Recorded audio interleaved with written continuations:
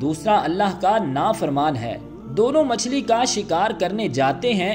ایک اپنے بتوں کا نام لیتا ہے اور جال پھینکتا ہے، اس کے جال میں مچھلیاں آ جاتی ہیں۔ دوسرا اللہ کا نام لیتا ہے اور جال پھینکتا ہے اور اس کے جال میں کچھ نہیں آتا۔ کوشش کرتے کرتے شام ہو جاتی ہے۔ وہ اللہ کا نافرمان، غیر اللہ کا پکارنے والا اپنی مچھلیوں کا تھیلا بھر کر لاتا ہے اور یہ اللہ کا ماننے والا اپنا تھیلا خالی لے کر آتا ہے۔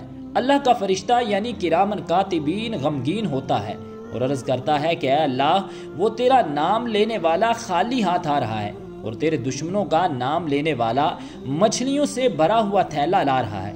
اس پر اللہ رب العزت فرشتے کو ان دونوں کا آخرت میں ٹھکانہ دکھاتے ہوئے فرماتا ہے کہ دیکھ، جو مچھلیاں بھر کے لا رہا ہے اس کا ٹھکانہ جہنم ہے، مچھلیاں اس کے کس کام کی، اور جو خالی ہاتھ آ رہا ہے اس کا مسکن یہ جنت ہے اور اس کا کوئی بدل نہیں ہے۔